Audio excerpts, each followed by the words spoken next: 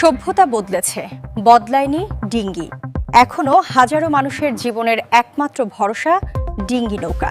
আর সেই ডিঙি শুধু নৌকা নয়, দক্ষিণাঞ্চলের মানুষের জীবন সংগ্রাম আর শত বছরের ঐতিহ্যের শেষ ভরসা।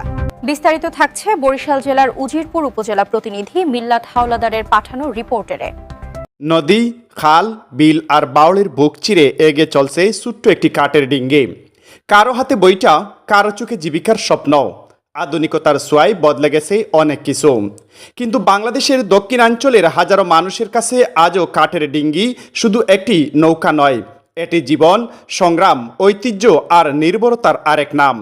নদীমাতৃক বরিশাল অঞ্চলের উজিরপুর সহ বিভিন্ন বিল, বাউল অধ্যুষিত এলাকায় প্রতিদিন ভোরের আলো ফুটার আগেই ডিঙ্গি নৌকা নিয়ে বেরিয়ে পড়েন জেলে, কৃষক ও সাধারণ মানুষ।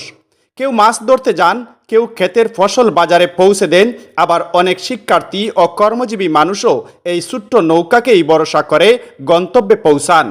বর্ষা এলে বিস্তীর্ণ জনপদ পানির নিচে তলিয়ে যায়, তখন রাস্তা হারিয়ে যায়, কিন্তু থেমে থাকে না জীবন। সংকীর্ণ খাল, অগভীর জল কিংবা বিলের বুক, সব জায়গায় অনায়াসে চলতে পারে এই কাঠের ডিঙ্গি। তাই প্রজন্মের পর প্রজন্ম ধরে এটি মানুষের জীবনের অবিচ্ছেদ্য অংশ হিসেবে আছে। এই ডিঙ্গির সঙ্গে জড়িয়ে আছে অসংখ্য কারিগরের গাম, শ্রম আর দক্ষতার গল্প। স্থানীয় টেকসই কাঠ দিয়ে দিনের পর দিন পরিশ্রম করে হাতে তৈরি করতে হয় প্রতিটি নৌকা।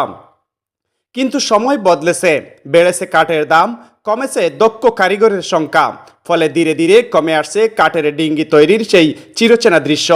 স্থানীয় প্রবীণরা জানান, এক সময় প্রায় প্রতিটি পরিবারেই নিজস্ব একটি ডিঙ্গি নৌকা ছিল।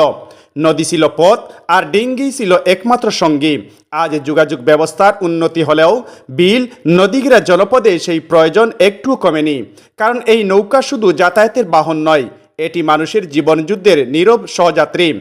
বিশেষজ্ঞদের মতে কাঠের ডিঙ্গি নির্মাণ শিল্প বাংলাদেশের ঐতিহ্যের অমূল্য সম্পদ। এই শিল্পকে টিকিয়ে রাখতে সরকারি ও বেসরকারি উদ্যোগ এখন সময়ের দাবি।